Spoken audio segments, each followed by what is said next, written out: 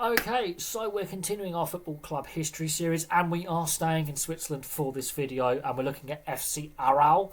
They currently play at the Stadion Brugleifeld, which has a capacity of 9,249. Now, this club, founded in 1902 by workers from a local brewery. So this is one of those clubs that's founded by local workers in the town rather than individuals like some of the other Swiss clubs. More of a British foundation kind of story where local workers come together to found a club that can represent their community. So very, very working class origins with this football club. Now, they have spent various spells in the top flight. They have actually got some major trophy success. They've won 5 major trophies in their history in the Swiss League system. Their longest spell outside the top flight was between 1933 and 1980. They were in the second tier for that entire period. They're currently in the second tier as of now. I think it's been 9 seasons since they were a top flight club. So they currently play in the Challenge League, which is the Swiss second tier, although that is their most recent spell. It's only about 9 seasons. They had been as low as the Swiss third tier at one point, but they've spent decent spells in the top flight, and very early on they were very, very successful in their early existence, and they won a couple of trophies in the 80s when they got back to the top flight, and one trophy in the 90s. But their early existence, they were quite a good side in the 1900s.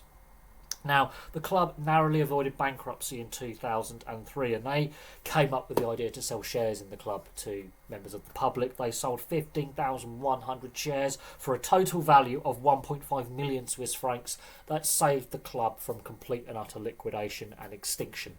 Very similar story to Servette. Early 2000s, money problems start to hit. Now, that sale of shares saves the club. Now, the women's side of things and the youth side of things are administered by the old club, and FC Aarau, the men's side of things, the senior men's side, is administered by FC Aarau Limited. It's a limited company. Basically, it's owned by the fans. The fans own the club, pretty much. Now, as I say, they've spent lengthy spells outside the top flight in Swiss football, but they have got a little bit of a success. They've got a bit of a trophy cabinet. So the Swiss, what is now the Swiss Super League, which was formerly Swiss Serie A, or just the Swiss Championship, they've won 3 times, all before the Super League era, mind, but I've put down the Swiss Super League as that's what it's known as today.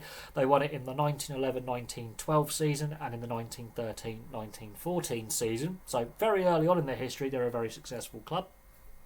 And they won it for the last, third and final time in the 92-93 season. So, bit of a gap between league titles there.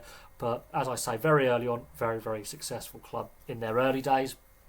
And they've won their most recent title in the 92-93 season, which is also the last trophy the club has won. They won the Swiss Cup in the 84-85 season, and they won the Swiss League Cup in the 81-82 season. So very quickly after coming back into the top flight, they win a couple of trophies as well.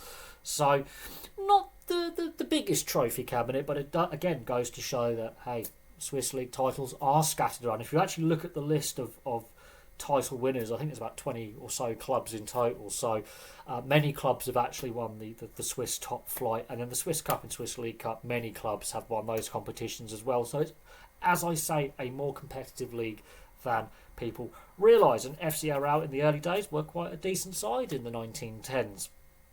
It's just that by the 1930s they slip out the top flight until 1980s, so there was a long spell where they weren't a successful side. Now, they do have some big rivals. Now, Aarau is not that far from Zurich, but they don't see Grasshopper or FC Zurich as major rivals. They have a friendly rivalry with them, but a rivalry that gets very heated is against FC St. Gallen, FC Schaffhausen and FC Luzern, who are also a decent club in Swiss football, and we will be doing videos on Schaffhausen and Luzern in time, but they're their big rivals where the police go, these are high priority matches, we have to up the security level at games. And everyone thinks Switzerland's such a lovely friendly country, there's no violence, but comes to football, the ultras do come out, and it gets tasty, and the police tend to up the security at certain games. So when Aarau are playing St. Gallen, Schaffhausen or Luzern, they get a bit more security happy, just to keep the order.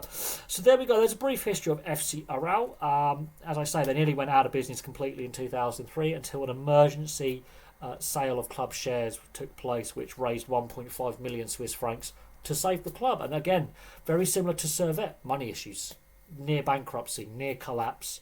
and they haven't really recovered since then, since the early 2000s, in the same way that, you know, in the 80s and 90s they became a pretty decent side, and then money worries. And this is again all before the financial crash that we saw in 2008 to 2010.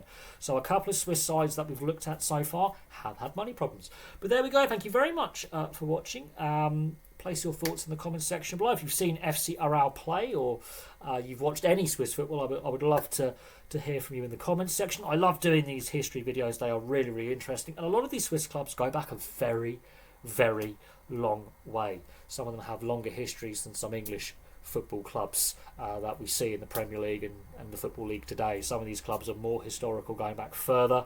I mean, FC Aarau have been going for over a century now, over 120 years. I mean, they were founded in 1902, so they are a very historical club, and they have actually more silverware than a lot of English clubs that have far bigger fan bases and are played up, I would say, a more intense, higher level, and get more exposure. Some of these clubs we've looked at have got more trophies than some Premier League clubs, so there is that. Anyway, thank you very much for watching. Place your thoughts in the comment section below.